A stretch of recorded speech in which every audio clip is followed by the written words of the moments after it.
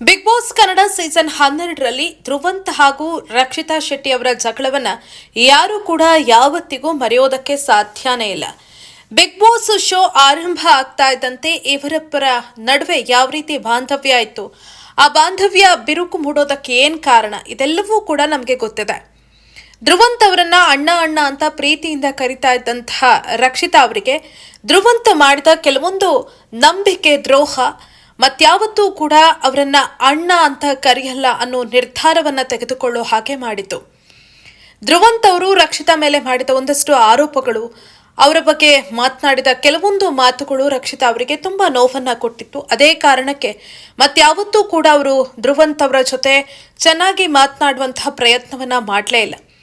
Secret ರೂಮ್ನಲ್ಲಿದ್ದಂತಹ ಸಂದರ್ಭದಲ್ಲಿ ರಕ್ಷಿತಾ ಜಗಳ ಆದಂತಹ ಸಂದರ್ಭದಲ್ಲಿ ತುಂಬಾ ಕೂಗಾಡಿ ಹಾರಾಡಿ ಒಂದಷ್ಟು ಆಕ್ರೋಶವನ್ನ ಹೊರಹಾಕಿದಂತಹ ಸಂದರ್ಭದಲ್ಲಿ ಧ್ರುವಂತು ಅದನ್ನ ಕೂಲಾಗಿ ಹ್ಯಾಂಡಲ್ ಮಾಡ್ತಾರೆ. ಹಾಗಾಗಿ ವೀಕ್ಷಕರು ಅಂದ್ಕೊಂಡಿದ್ರು ಇವರಿಬ್ಬರ ನಡುವೆ ಇನ್ಮೇಲೆ ಸಂಬಂಧ ಚೆನ್ನಾಗಿರುತ್ತೆ, ಮೊದಲಿನ ತರ ಅಣ್ಣ ತಂಗಿ ರೀತಿ ಇರ್ತಾರೆ ಅಂತ. ಆದ್ರೆ ರಕ್ಷಿತಾ ಯಾವುದೇ ಕಾರಣಕ್ಕೂ ಕೂಡ ಧ್ರುವಂತ್ ಅವರ ಜೊತೆ ಮೊದಲಿನ ತರ ಇರೋದಕ್ಕೆ ಸಾಧ್ಯ ಇಲ್ಲ ಅನ್ನೋ ರೀತಿಯಲ್ಲೇ ಇರ್ತಾರೆ. ಬಿಗ್ ಬಾಸ್ ಮನೆಗೆ ವಾಪಸ್ ಬಂದ ಬಳಿಕ ಕೂಡ ಈ ಜಗಳ ಹಾಗೆ ಕಂಟಿನ್ಯೂ ಆಗುತ್ತೆ.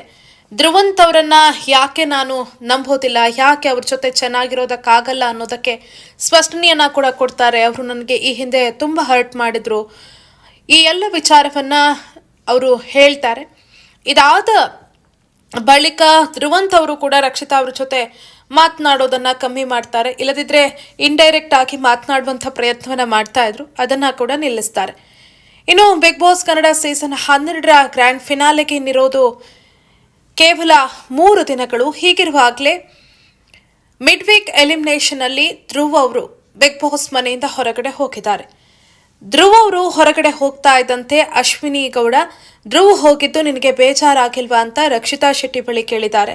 ಆವಾಗ ರಕ್ಷಿತಾ, ಹೌದು ನನಗೆ ಬೇಜಾರಾಗಿದೆ, ಯಾಕಂದ್ರೆ ನಾನು ಅವ್ರ ಜೊತೆ ಎಷ್ಟೇ ಜಗಳ ಮಾಡಿರ್ಬೋದು, ನಮ್ಮ ಮಧ್ಯೆ ಏನೇ ಮಿಸ್ಅಂಡರ್ಸ್ಟ್ಯಾಂಡಿಂಗ್ಸ್ ಇರ್ಬೋದು, ಆದರೆ ನಾವು ಒಂದಷ್ಟು ಸಮಯ ಜೊತೆಗಿದ್ವಿ, ಒಂದಷ್ಟು ನೆನಪುಗಳಿದೆ, ಖುಷಿಯ ಕ್ಷಣಗಳನ್ನು ಕಳೆದಿದ್ದೀವಿ, ಅದೆಲ್ಲವೂ ನೆನಪಾದಾಗ ಬೇಜಾರಾಗತ್ತೆ. ಆದರೆ ಇದು ಆಟ, ಈ ಒಂದಲ್ಲ ಒಂದು ದಿನ ಒಬ್ರಲ್ಲ ಒಬ್ರು ಹೋಗಲೇಬೇಕು. ಈಗ ಅವ್ರು ಹೋಗಿದ್ದಾರೆ, ನೆಕ್ಸ್ಟ್ ನಾವು ಹೋಗಬೇಕು, ಏನೂ ಮಾಡೋದಕ್ಕಾಗಲ್ಲ ಮ್ಯಾಮ್ ಅನ್ನೋ ಮಾತನ್ನು ಹೇಳ್ತಾರೆ.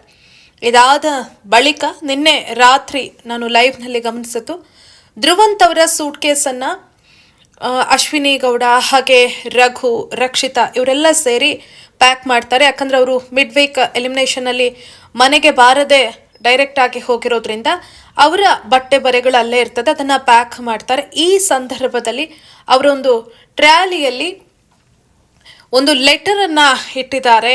ರಕ್ಷಿತಾ ಶೆಟ್ಟಿ, ನನ್ನಿಂದ ಬೇಜಾರಾಗಿದ್ರೆ ಸಾರಿ, ನಮಗೆ ಸಾಕಷ್ಟು ಜಗಳ ಆಗಿದೆ, ಇದ್ಯಾವುದನ್ನ ಕೂಡ ಮನಸ್ಸಿನಲ್ಲಿ ಇಟ್ಕೊಳ್ಬೇಡಿ, ನೀವು ಹೋಗಿದ್ದಾಗ ಸಂದರ್ಭದಲ್ಲಿ ಮಾತನಾಡೋದಕ್ಕಾಗಿಲ್ಲ, ಹಾಗಾಗಿ ನಾನು ಈ ಪತ್ರದ ಮೂಲಕ ಸಾರಿ ಕೇಳ್ತೀನಿ ಅಂತ ಧ್ರುವಂತ್ ಅವರಿಗೆ ಪತ್ರದ ಮೂಲಕ ಎಲ್ಲವನ್ನ ಕೂಡ ಹೇಳ್ಕೊಂಡಿದ್ದಾರೆ.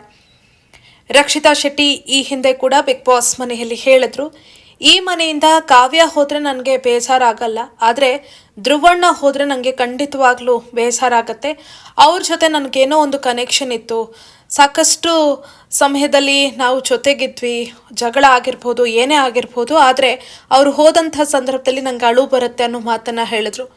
ಧ್ರುವ್ ಅವರು ಮೇ ಬಿ ಬಿಗ್ ಬಾಸ್ ಮನೆಯಲ್ಲಿ ಎಲ್ಲರ ಜೊತೆ ಮಾತನಾಡಿ ಬಿಗ್ ಬಾಸ್ ಮನೆಯಿಂದ ಹೊರಗಡೆ ಹೋಗ್ತಾ ಇದ್ರೆ ರಕ್ಷಿತಾ ನೇರವಾಗಿ ಕ್ಷಮೆ ಕೇಳ್ತಾ ಇದ್ರು ಏನೋ ಗೊತ್ತಿಲ್ಲ, ಅವರಿಗೆ ಬೇಜಾರಾಗ್ತಾ ಇತ್ತು.